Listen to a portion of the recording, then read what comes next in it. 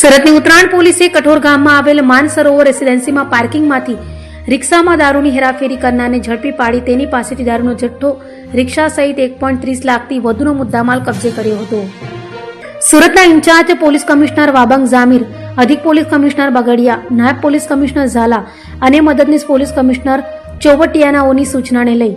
દારૂ અને જુગારની પ્રવૃત્તિઓ નાબૂદ કરવા ઉત્તરાયણ પીઆઈ HR ગોસ્વામીની ટીમ PSI RD દાદર સાથે પેટ્રોલિંગમાં હતી ત્યારે અનાર્મ હેડ કોન્સ્ટેબલ સુધીરભાઈ અને અનાર્મ પોલીસ કોન્સ્ટેબલ હાર્દિકસિંહને મળેલી બાતમીના આધારે ઉત્તરાયણ કઠોર ગામ માનસરોવર રેસીડેન્સીના પાર્કિંગમાંથી રિક્ષામાં દારૂની હેરાફેરી કરનાર મૂળ યુપીનો અને હાલ કામરેજ કઠોર ખાતે રહેતા યુસુફ અહેમદ શેખને ઝડપી પાડી તેની પાસેથી 95,000થી વધુનો દારૂનો જથ્થો, રિક્ષા અને મોબાઈલ સહિત 1.30 લાખથી વધુની મત્તા કબજે કરી તેની વિરુદ્ધ કાયદેસરની કાર્યવાહી હાથ ધરી હતી.